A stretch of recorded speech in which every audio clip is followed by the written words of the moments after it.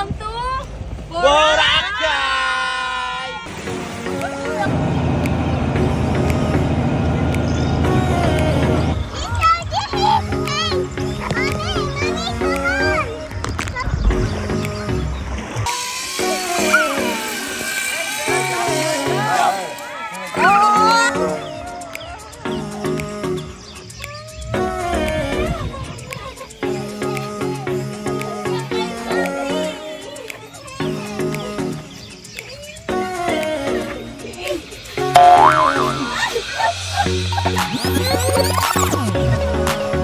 Hello! I'm back for another vlog! Kung bago ka lang sa channel ko, don't forget to like, share, subscribe, and click the notification bell para lagi kayong updated sa aming mga future videos. O siya, alam kong klinik mo to dahil isa ka din sa tulad kong nangangarap ng travel goal with family sa Boracay. Ito na yung sign mo, budget friendly ito, kaya tapusin mo itong video. Last year, nabudol kami ng seat sale ng Cebu Pacific. Nakabook kami ng round trip to Boracay for only 2,000 pesos each. And syempre, hindi kami papayag na kami lang yung mabubudol, kaya nang damay din kami ng aming relatives. At dito na nga nag-start ang aming Boracay getaway. Inagal-tagal na nga natambay ng aming GC, nakulayan na din ang aming drawing. November 11, the day na na flight namin.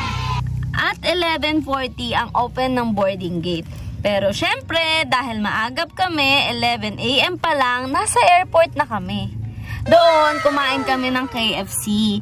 Kanya-kanya kaming order, pero ang average na kinain namin ay 175 each. Dito na nga nagsisimula ang gastos. After kumain, dumiretso na kami agad sa boarding gate. And doon sa NAIA, merong play area yung mga toddler. And super nag-enjoy doon si Zane.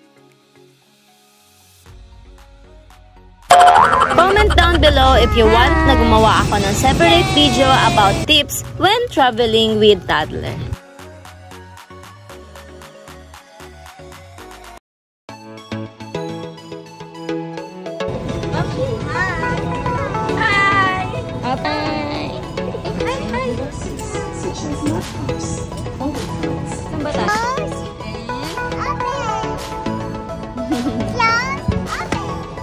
Open. Wow!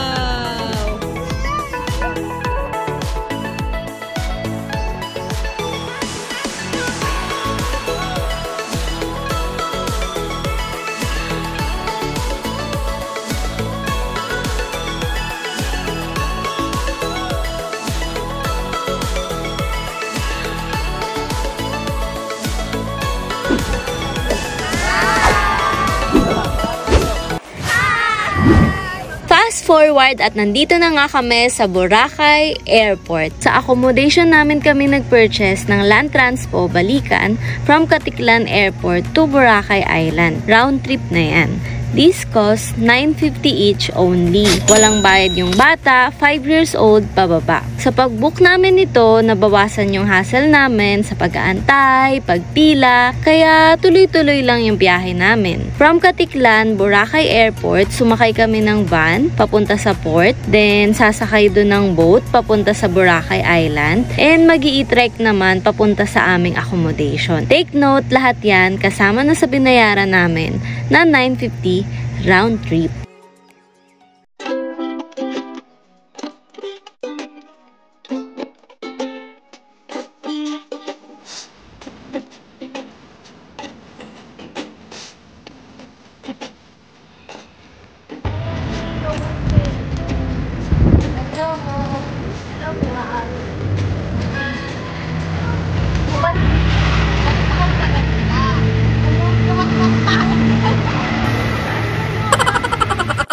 Sa Station 3 nga pala kami ng Boracay nakahanap ng murang accommodation. 2-story house na ito, 3 to 5 minutes walk sa beach for only 5,800 per night. 5 days and 4 nights nga pala kami. 12 packs adult and 3 kids, kaya pumapatak na tag 1,924 kami for 5 days and 4 nights na yan. Sa dinami-dami ng nakakanvas namin, usually around 15 to 40k yung packs na. namin. Per night yan ha. Kaya super good deal na itong nakuha namin. Search nyo lang sa Facebook, Something Special Guest House, or pwede kayong mag-direct kay Miss Annette Ubaldo de la Cruz for reservation and inquiries. Meron silang Facebook page, group, and Airbnb account, kaya mas madali akong nakasigurado na legit sila kahit online ko lang sila nakatransact. Thank you Miss Annette and Lay. So, nakarating nga kami dun sa accommodation namin ng 2 p.m. Then, namalengke kami para sa kakainin namin. 15 to 25 minutes walk ito galing sa accommodation. Pero, pwede kayong mag-e-try kaso gusto din namin mag-sightseeing. Kaya nilakad namin. Hindi ko na na-video yung pamamalengke kasi masyadong maaaliw yung mata ko. Pero,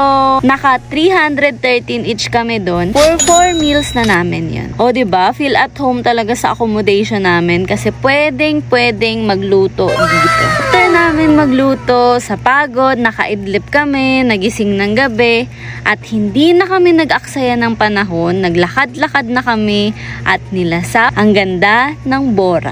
Sa Station 3, sabi nila, para ka daw nasa lumang Boracay dahil super lakas naka-frab-in feels dito. Sa Station 2 naman, nandun yung mga bars, malls, kaya medyo crowded. And sa Station 1 naman, yung mga maharlikang hotel and mga kung ano-ano pa. Naglakad-lakad kami hanggang makarating kami ng D-Mall sa Station 2 yun. Ang ganda maglakad, unang gabi pa lang, ang saya-saya na. Kasi maliwanag doon, nakita namin yung iba-ibang bars, tindahan, unlike sa ibang beach na nakakatakot na paggabi. Doon, buhay na buhay yung gabi nila. Ang daming bars na pwedeng puntahan, tindahan, pero kami nag-sightseeing lang. Kaso, sa sobrang saya namin, kung hindi nyo maitatanong, para 1.5 hours din yung balikang lakad from Station 3 to D-Mall. O, diba? Sightseeing pa more. November 11 kami umalis. November 12 na kami nakabalik. Sa pagod namin, napabili kami ng milk tea at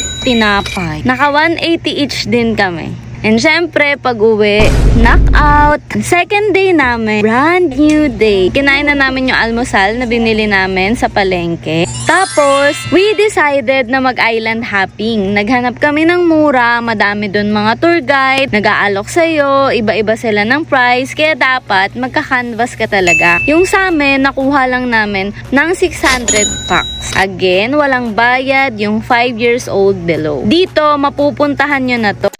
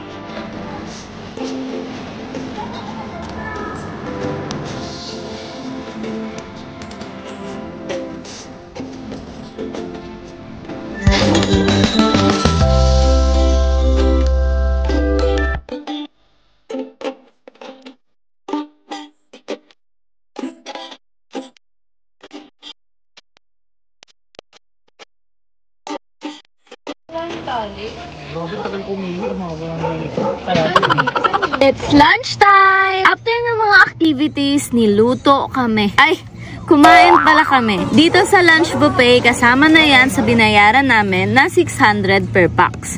Sa pagod namin sa mga activities, sulit na sulit yung lunch buffet. Diyan, pwede kayong mag-picture taking sa kawa. Magbibigay lang kayo ng donation. Pwede din kayong mag-videoke, 5 pesos each song. Around 3 to 4 p.m. nang natapos ang aming island hopping at bumalik na kami sa Station 3. Pagdating doon, nagmerienda ng shake and egg pancake. Nakagastos din kami ng 230 each. After magmerienda, diretso swimming na kami para antayin yung sunset. Pwede kang mag-boat, parasailing, 600 per boat. Pero kami mas piniling mag-enjoy dyan sa dagat. Ang ganda parang yung music video ng Katniel.